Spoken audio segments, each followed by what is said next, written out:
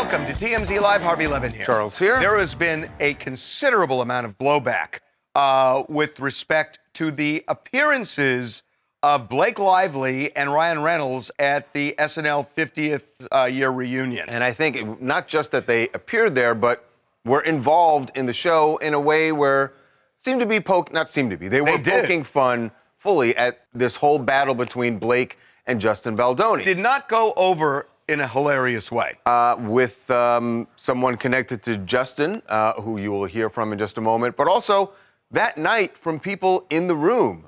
We've spoken to several people who attended the special and then attended the parties afterward, and the words that we heard were they were confused as to why they would be there and involved in this way. Go back to that picture real quick. Uh-huh. It's really interesting. A lot of them are just not looking at him at all, even though he's standing and talking. Right. That's really interesting. Uh-huh. And nobody's amused, it seems. Yeah, I mean, they just thought it was puzzling that they would be out considering all the things that have been said in this war between Blake and Justin. So now, that's not to say that they were completely ignored. From what we've heard, there were people who were talking to them. Paul McCartney, strangely enough, was hanging out with them. But there were other people who actually avoided them, is what we heard, that were just didn't want to get into conversation with them. Well, you can understand it. They're sort of radioactive. In one breath, Blake Lively is saying she was the subject of serious sexual harassment during the filming of It Ends With Us, and now they're making light of it on SNL's 50th reunion show. So tonally, it does seem off, and I can imagine people just wanting to stay away from it. You're going to catch shrapnel if you get involved in this drama at this point. You know what? That's probably the point. Like, can I tell you, you don't want to catch a stray. The craziest thing about everything that's unfolding, okay, I get the Blake Lively thing, and I know that there is a history there that people have been talking about, and the war with Justin Baldoni. But to say the word radioactive in the same sentence as Ryan Reynolds is unbelievable. It's because we were not there. That's just not where Hollywood was. And it was the opposite. Complete opposite. One of the most beloved actors in this town. And that's why, look, when you see people doing commercials, you know that they've checked out their popularity. I mean, because normally that's something that actors don't want to do, but you know he knows he can do it because it's not going to affect his Q rating. Yet now he is in the middle of this whole thing, and really was in the middle of it. It's just nobody knew it until now. But it's breathtaking the way he's been kind of balled up in this whole thing. Yeah. And by the way, his lawyer, Justin Baldoni's lawyer, Brian Friedman, was on Billy Bush's podcast yesterday, and he had some choice words about Ryan Reynolds' choice words. What did you think when you saw, Ryan, make light of the situation? I guess try to find some humor in all this. I'm unaware of anybody, frankly, whose wife has been sexually harassed and has made jokes about that type of situation.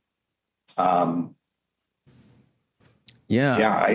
can't think of anyone who's done anything like that. And so it surprised me. So I got to tell you, all I'm thinking in my head is one word: deposition. Because when Ryan Reynolds sits for a deposition, if it gets that far, tell us about when you went in for the meeting and going over the script with SNL. Well, what I'm thinking is what Brian Friedman is going to say is, so you were upset that you say your wife was harassed, and he's going to say yes, and he's going to say yet you kind of made a joke of it. Well, that's what he'll say. More than asking Ryan, he's going to put that question to Blake because she's sitting there, she's party to it and reacting to the lines. You're going to do it with both, but you're going to do it with Ryan. Right. You're going to do it but with my both. point is, do you say to Blake, you were sitting there, you so co-signed upset. on it. You co-signed on it. So it's like these things bite you in the ass sometimes. Right. It's sort of like when there's a case going on, we always say that you don't you don't hear the people speak out about it at all. This happened with Alec Baldwin during his case, and he sat and did a big interview, and we're like, that was really puzzling.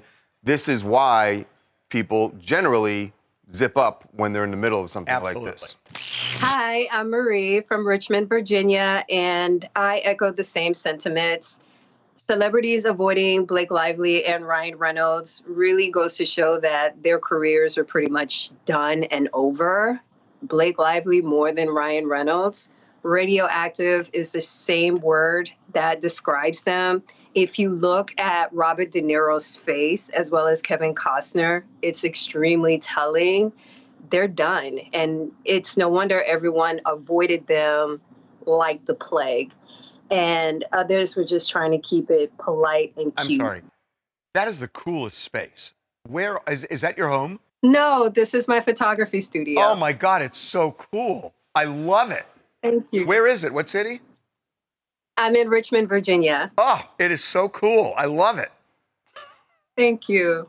Okay, with that, I'm sorry, but I really liked it. I mean, I thought that was just beautiful. It was beautiful. I just didn't realize we were doing an interior decorating show at this moment. I think you know my record. Yes, we it are does going to speak for itself. We are going to move on. Move on to a famous couple who may need an interior decorator because they just lie. Right. Yeah, there's at least a couple of things broken at Nicole Kidman and Keith Urban's home here in the LA area. They are the latest victims we discovered. Just broke the story today on the site that they're the latest victims of burglary. It's happening like it is just crazy. Happening so much. For years now, it's been going on in LA, and they are the latest victims. They've been burgled. Yeah. Yeah, so this is what happened. Over the weekend, someone smashed a window a little before noon, got into their house, and one of the housekeepers or one of their employees came home, ended up scaring these people off before anything could be taken. When they went through the house, it appeared nothing was taken, but Keith and Nicole, who were not home at the time, will have to come through the house and see if anything was, taken small. That was LA, right? Yeah, it was the LA area home. And they're out of the city? I don't know exactly where they were. I don't know the schedules, but they were not home at the time, and they haven't been back since. Was there an alarm on? Yeah. I mean, that's what everybody wants to know. Was the and alarm I don't know the on? layout of their house, but that someone got close enough to smash a window. Right. Yeah. I mean, I don't know but I noticed, I've covered a lot of these burglaries, and what happens a lot of time they go to the second story, like Jeremy Piven was the second story, and sometimes the second stories are not alarmed. Like, people always take care of the bottom of their house, but they don't take care of the top of their house. Huh. That's kind of crazy, number one. Right. So we don't know whether the alarm was on or not, right? No, I don't know yet. And, but I think it's relevant to know, were they out of town? Because what's happening is they look at social media, or they look at events that celebrities are attending. Right. And then they say, okay, that person's out of town, and then they hit the house. Yeah. So we don't know whether that happened here. I mean, you saw recently there's been a rash of athletes getting hit, and we just broke another story about a soccer player that was hit, recently. But, all over the country they're hitting. So it's a big issue. Hi, I'm Kamar from Atlanta. And two things to point out here. These burglaries, I mean, they're being heightened. So many people are getting their homes broken into. But for the housekeeper to come in and then have to really ward off the burglars, it really puts people in a tough situation. I really hope they recover everything. And like you said, get a security system, because a Ring doorbell or a Ring light, that could probably help as well. Yeah. Well, hopefully they didn't lose a lot. Hopefully they were scared off before they made off. But it's just getting your house broken into like that is just scary. Yeah. Okay, we're moving on. Yes, to Ben Affleck and Jen Garner's kid Finn, who is driving now. And Finn... They grow up so fast. Yes, they do. And we noticed something about the vehicle that Finn is driving. When your mom and dad are Ben Affleck and Jen Garner, you think German, right? Definitely something really fancy. Well, it is an import. We'll say that. It is an import. But it's a Toyota. And it's a sensible import. It is a import. very sensible car. I love this. I love this because it's like when you give a kid like a Mercedes or a BMW when they're 16 or 17, which, by the way, in West LA where they live, very common. So common. I mean, you look at the parking. That's Ben in the passenger seat there, playing the nervous parent. Right. as your kid is driving. But good on them, because it's like, if you give kids this, they feel so entitled and spoiled. And, it's like, what's to look forward to? Yeah. If when you're 16, you're getting like Mercedes and whatnot.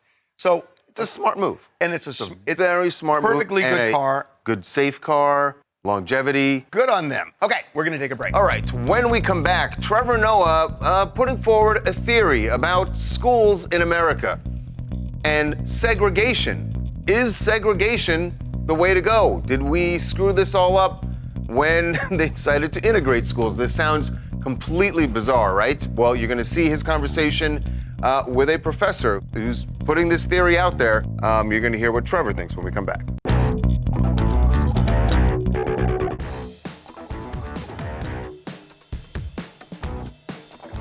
This is really going to sound strange to a lot of people because for, what, 60, 70 years almost? 1954. Schools Brown versus Board of Education. Right. Schools in America have been integrated. And there is a theory being put forward by some people now, including a Princeton University professor, that maybe segregation is the way to go as far as schools. They're not, I don't believe they're suggesting integration in society altogether, but in schools. The professor was on Trevor Noah's podcast, and this was their conversation about this. It is eye-opening. Here's what they had to say. Do you think that integration was the right move? Like, and now I'm separating two things, because I know in America people are like, well, of course, I mean, there was racism and there was segregation. And I go, yeah, no, I'm separating them. Let's separate someone being oppressed and someone not being able to get a job and someone not being able to get a bank loan. Let's take all of those, the negative things away, because I'll put myself out personally and say, I think whether we're talking about gifted kids who are anomalous, let's say, to the norm, whether we are talking about and I mean anything that does not fit into a category. I think part of the reason Finland is able to do it is because, have you been to Finland? It's very homogeneous. I've been to Finland. You know who's in Finland? Finnish people. That's it. That's it. And because they're all Finnish, there's an idea of like, no, we all head in the same direction. We all know what our actions mean. And that's a really powerful thing I've learned in communicating with other people. I'm prefacing it with a lot because it's a loaded question. Yes. But I would love to know if you think integration was the right solution, maybe. On the other side of, you know, what America, of civil rights. Yeah.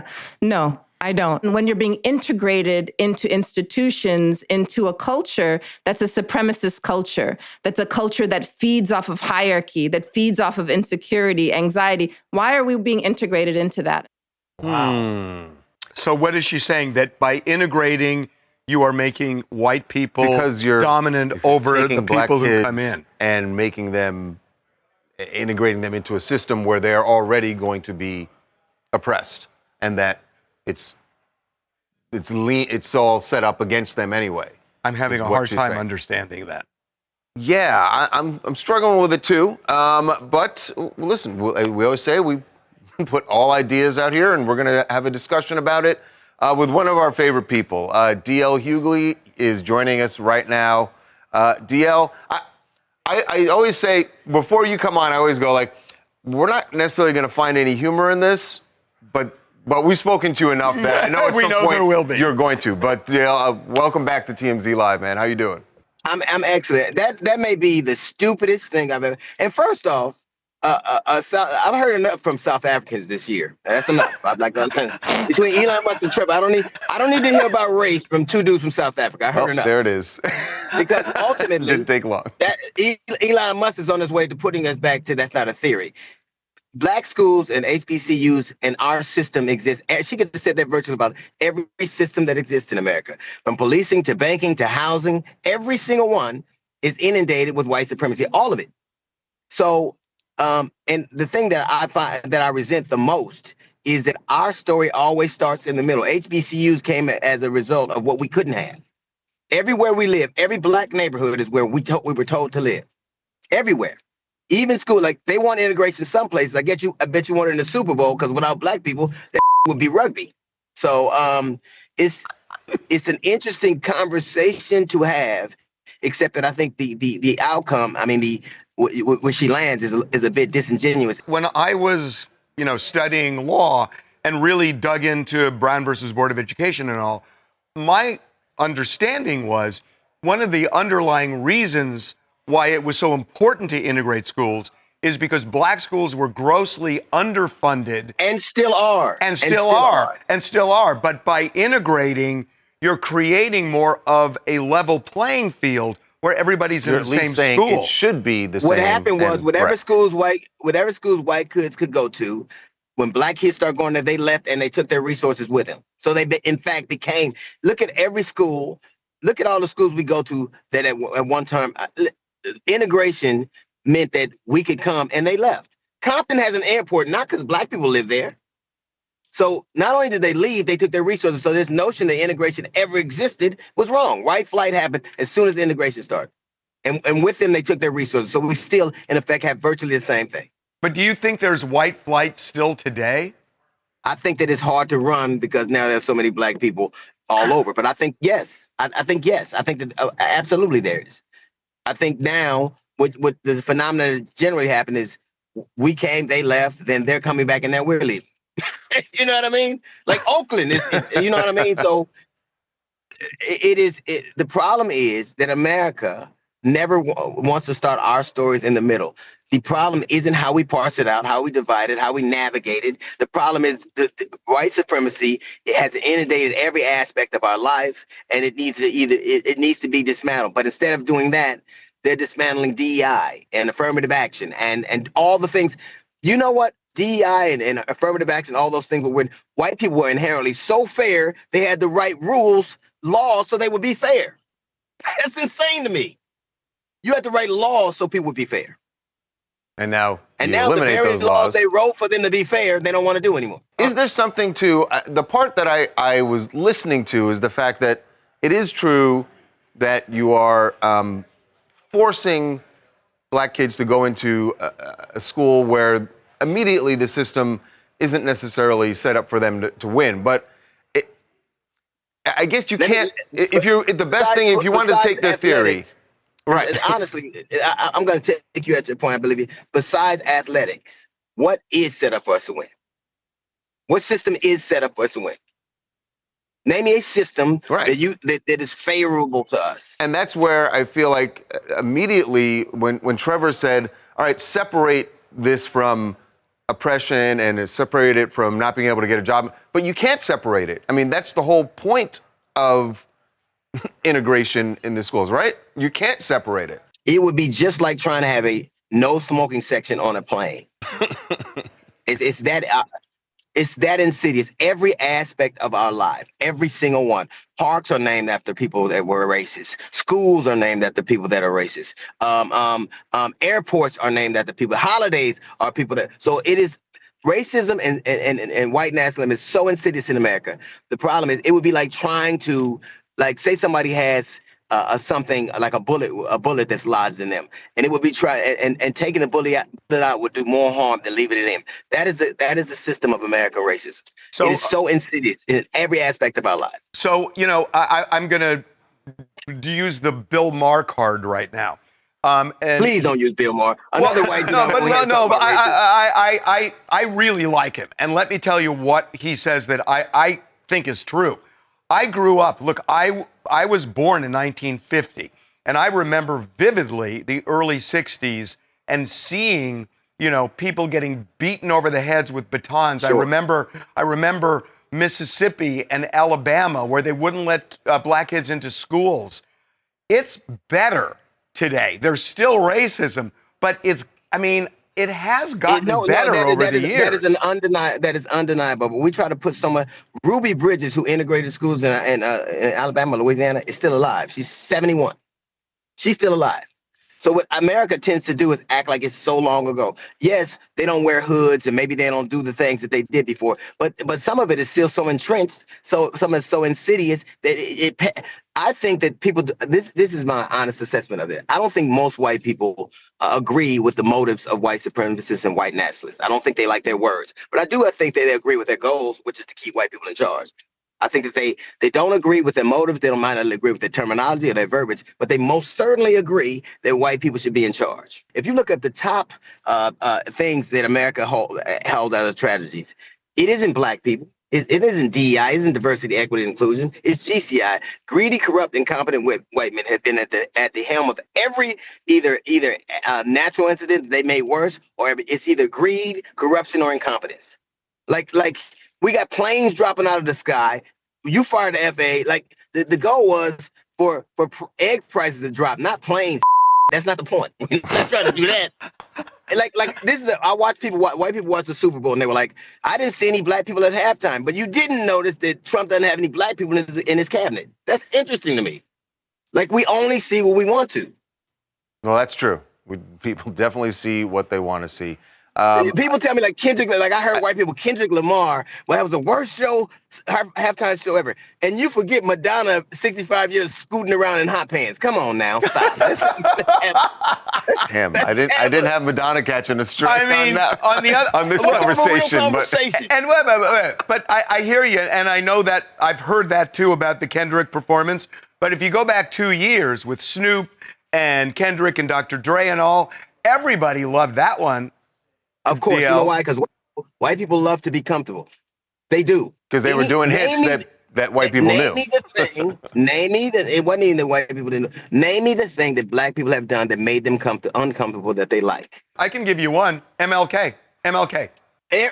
States Arizona had to be forced to take the MLK holiday. Had to be forced to do it. And that's crazy to me because that's a day off. For a day off, I celebrate Klan Day. I would. That's stupid to me. All right.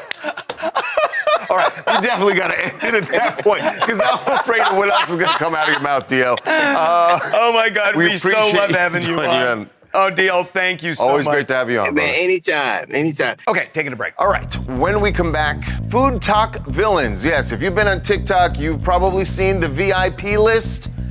They are reviewing some of the fanciest restaurants in and around New York. Michelin stars, they don't care. They are giving some brutal honesty. They're going to be here to serve it up when we come back. TMZ's got every freaking thing. Big celebs, big stories, big events. Justin Timberlake made Portland kids' dream come true by joining a bike bus ride. And they always listen to Justin Timberlake. Cry me a river when they fall. Yeah. It's TMZ. Well, our next guests are, how would I say? They're very popular on TikTok, and they're very popular in some restaurants. And in some restaurants, they are seen as villains because they are giving some brutally honest, to say the least, reviews of some restaurants that have gotten Michelin stars. Yeah, fancy schmancy restaurants. They're not blinded by Michelin stars, Nope. We'll say that. They're known as the VIP list. Meg Radice and Audrey Jongans, and they're going to join us in just a second. But if you haven't seen any of their reviews, here is just a little taste of what they do, and it is honest. We'll say that. This might be the worst dining experience we've ever had. I know hospitality in the Hamptons isn't the best, but this was criminal. I almost choked on the tiramisu because the top was giving cinnamon challenge. The service was subpar. Oh, and the portions are so small that I ate 2 croissants before this and I still wasn't full when I left. $70 for this serving of hamon is a hate crime, especially when it tastes like a straight up candle. I think that Meg and Audrey have keyed into something that we learned a long time ago on the internet, and it is working like gangbusters for them. So joining us now, the VIP list. Welcome to TMZ Live. Ladies, how you doing? We are so happy to be here. Amazing. Thank you so much for having us. We're worried about our review after you We don't leave. serve any food, so... I gotta ask you. You guys, a dear friend of mine, Ruth Reichel, was the New York Times food critic and gourmet. And she used to have to wear wigs in restaurants when she was reviewing them, mostly because they wanted to impress her. You might want to wear wigs, I would think, because they're going to throw you out. I mean, do you go in disguise? We've definitely considered it before. We've definitely considered disguises, but honestly, we just say what we want with our chest, and we don't care what the reaction is. Like, if you want to kick us out, good luck. That's good luck. So it's important to say here that you go into these restaurants around New York. I know you go out to the Hamptons as well. This is not like they're inviting you in to do a review, Oh, no, right? we don't work with the restaurants. We are fully supporting the consumer side. Like, we go and pay and let the consumers know what's worth it and what's not. Yeah, we get our own reservations. We set Resi alerts like everyone else, just so that we can be as brutally honest as possible. So when you see a restaurant has a Michelin star or two, does it make you think, oh, this is going to be great? Or are your antenna up saying... total faith in the Michelin system. We don't have faith in... Yeah, we've been to 2 Michelin star restaurants that ended up being a roast because it was that bad. So you haven't been to any Michelin star restaurants that you enjoyed? Oh, no, we've been to plenty, but just because it has a Michelin star doesn't mean it's good. Just because something is a $2,000 20-course tasting menu doesn't mean it's going to be good. And that's why we go in and be as honest as possible. Yeah, that's why we do what we do, because restaurants that have 2 Michelin stars are charging insane amounts for their meals, and we want to make sure that our followers know which places are worth it and which aren't. If you're charging those prices, you better be coming correct. Every single first time. Every single time. So are people going to you almost like a Zagat guide where they want to go to these restaurants, but they don't know? And are you kind of becoming that? I mean, yeah, we are like, we want to be the most trusted source possible on social media, because I don't know, a lot of food bloggers will work with restaurants and be like, this is the most viral sandwich, and they'll be being paid to say that. When we go, we don't want any special treatment. We don't even want the restaurant knowing we're coming. We are going and just giving the brutally honest real tea, and sometimes they can't take it. Yeah, and a lot of times our followers will reach out to us and be like, can you go to this restaurant? Like, I've heard mixed reviews. Like, I want to know if it's worth it, and we will.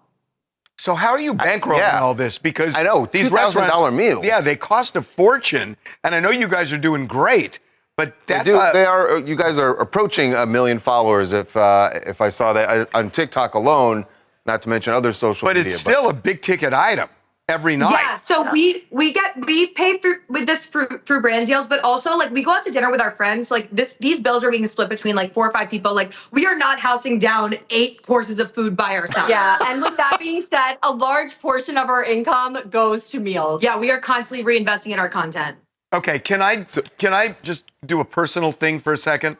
Because of course, there is a restaurant in Japan that I've been to, boy. and it's a sushi restaurant. It's considered like the best sushi restaurant in the world, and it's got Michelin stars and all, and I just hated it.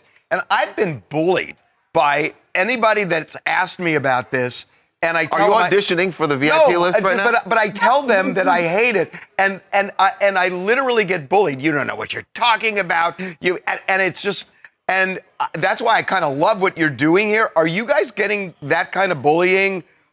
We get death threats for our meal tips. Yeah. Like we have gotten so many death threats, so many hate comments. But honestly, we love it. Yes, absolutely. And if you need us to fly to Japan and review this restaurant for you, we got you. I would love that. Are you paying? I mean, I know. I think you're paying for this one. Yes, we will pay. I mean, if you want to fly us out, though, we're not opposed. You guys are fantastic. Audrey, you guys are fantastic. Keep it up.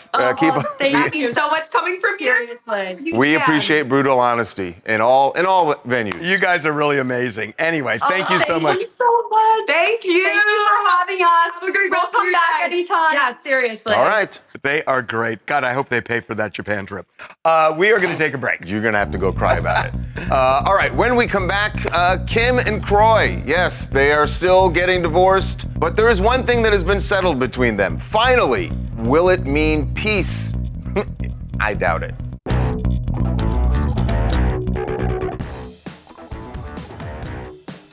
Welcome back to TMZ Live. Kim Zolciak and Kroy Biermann. They're just not going to patch this up this time. The divorce is still going forward, and there are only people who might be celebrating in and around their world are the Atlanta police, because they won't be going out to their house anymore, as we've shown you over the last few years how many times the police have had to go out there for different disputes between them.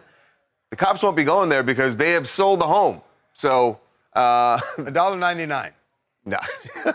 Well, it kept going down. Well, it did keep going down and down and down. And I think obviously people weren't biting at their price because they knew they had to sell this. Right. They have got a lot of financial issues along with just their marital issues. but they found a buyer.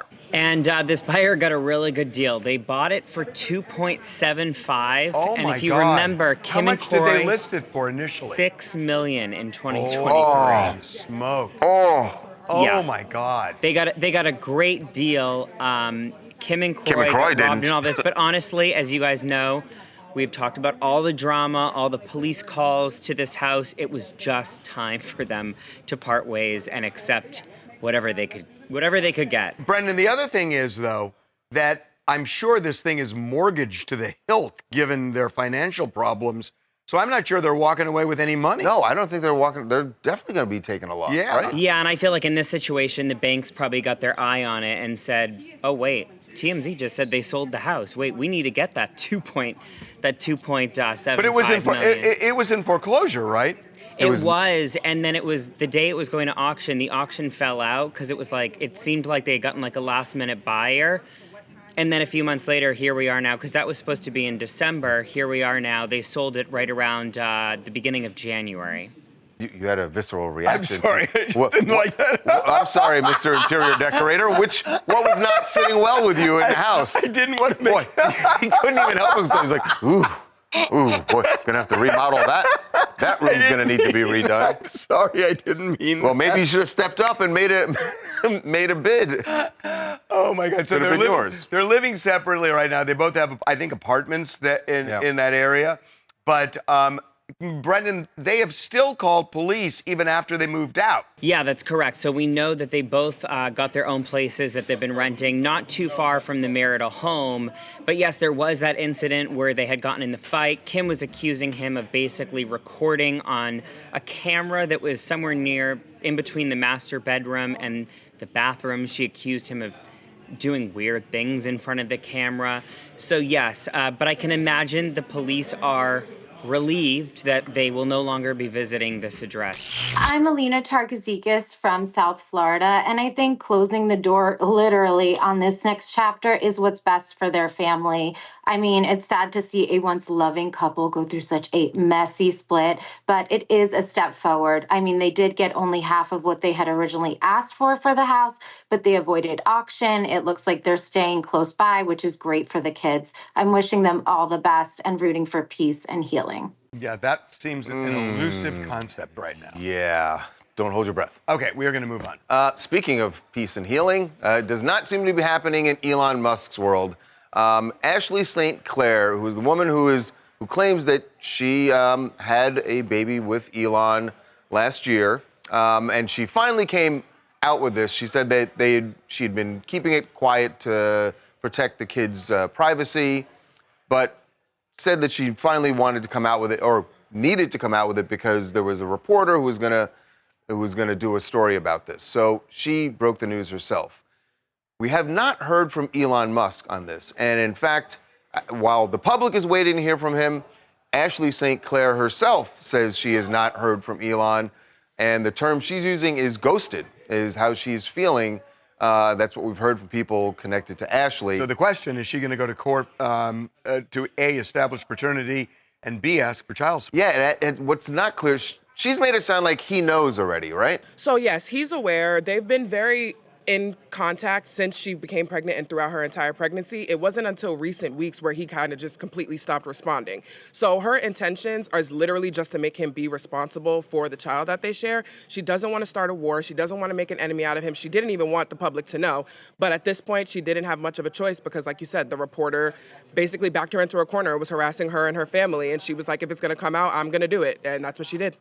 Dare I say, I feel like she says that she did all of this to get ahead of the story and like to get ahead of the media, but I actually feel like she did herself a disservice. She is claiming that she was being held by a reporter and that someone was going to tell the story, but now she looks like a blabbermouth herself instead of the victim. And I actually think that these tweets that are coming out make her now look like all she really wants is money. Well, if he is the father, he's going to have an obligation to help support the kid. So that's not just her right, it's a responsibility. Right. So when you go to court for child support... What's unclear to me is whether she makes it sound at least like he's known this all along. That's what she's. But then why? But then is she also saying that he hasn't been supporting the child? It's not that he hasn't been supporting the child. I mean, he put her in a $40,000 a month apartment in New York. He's been supportive, but he just randomly decided to stop responding, and she's reached out to him. But is he and his continuing reps. to support? Seems like it. It's just the contact is non-existent. Well, you can't force somebody to have contact if they don't want to have it. Right. But you can force somebody to ante up. Right. Okay, we're taking a break. All right, when we come back, Tom Hanks is feeling some blowback. His appearance on SNL did not go over well with about, well, just over half the country, if you believe the polls. And one former SNL cast member is leading the charge against him.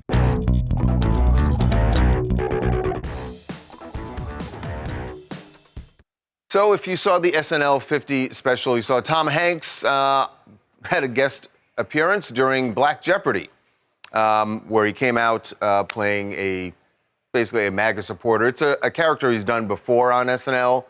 And the part that I think really rubbed people the wrong way if you are a Trump supporter is that right there, where he was afraid to shake the hand of the black host. There, of course, online, there was a lot of reaction to this.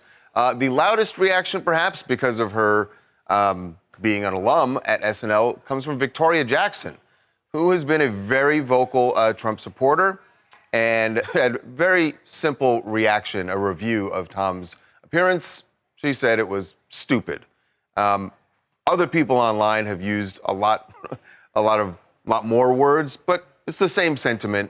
And that they feel like this is tone deaf because the country did elect Donald Trump, and so making fun of Trump supporters is, I guess, off limits now, they think? It's not making fun. I mean, it is almost calling them racist.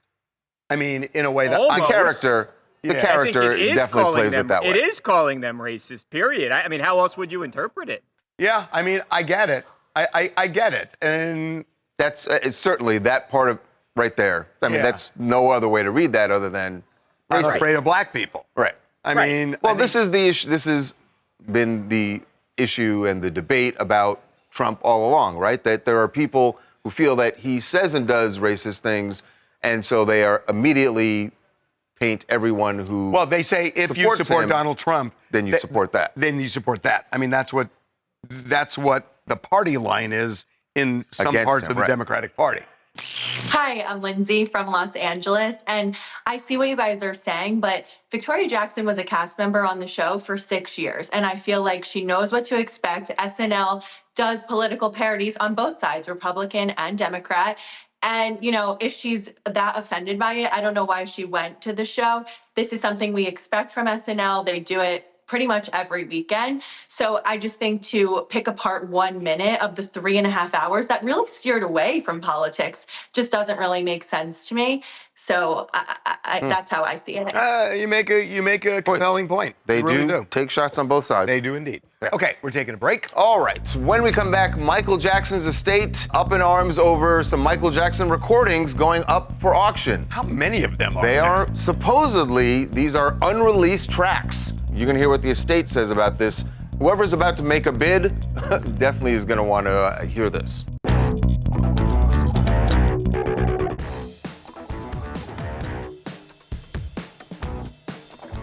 Well, unreleased Michael Jackson recordings obviously would be worth a fortune. And there's an auction house, it's called Gotta Have Rock and Roll, which is putting some cassette recordings up for bidding.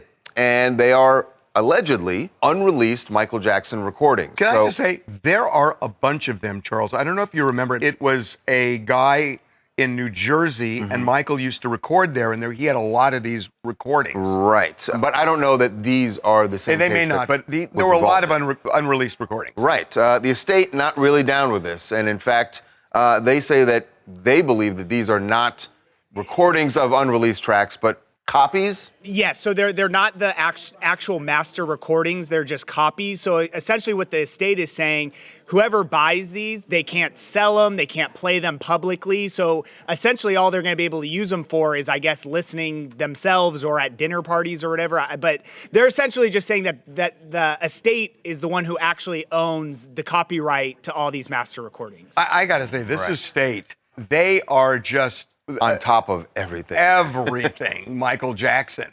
And they've made a fortune because remember, Michael was almost bankrupt when he died, and they have just made hundreds of millions of dollars. So this is unsurprising. Hi, my name is Tanisha. I'm from Anchorage. As a hardcore Michael Jackson fan, what I would not do to get access to listening to those. I understand that there's something going on with the estate, but I think they need to figure out how to work it out because as fans, we want to be able to hear that untouched music that has never been heard before. Please send it my way. Let me be a fly on the wall. Yeah, but here's the thing. I mean, I guess would you pay for it if you could just play it for yourself in your house? I mean, there's value in that. But boy, if that tape, not the value gets caught and the oh my God, I never thought of that. You got to get the pencil out, start trying to. I never thought of that. That's hysterical. It's an old issue. Old issue. That's an SNL skit. What else you guys want to talk about? Hi, it's Tasha from Brooklyn. And I mean, I know folks were confused about Blake and Ryan showing up to SNL 50, but this was pretty on brand for them, okay? Ryan and Blake were clearly trying to seize control of a narrative or regain some control given recent public speculation. Did it work? Did it work? Oh, barely. But she looks great, though. For Glam Team, really crushed it. Barely. It worked, but she looked fabulous. Well, you know, you make the effort. Okay, one more. Hey, this is Ace from Charlotte, man. And it's shocking to know that your home is a target when you're not home. But I'm glad that everyone was able to, you know, not be harmed and the staffer did scare the person off, but man, you gotta really watch how you try to break into people's house because you never know. Like her bodyguard could have had a thing on him or something. You never know. This is true. Yeah. Okay, we're gonna take a break. All right. When we come back, a heartwarming moment for Wendy Williams and a promise that she was able to keep. You will see that moment when we come back.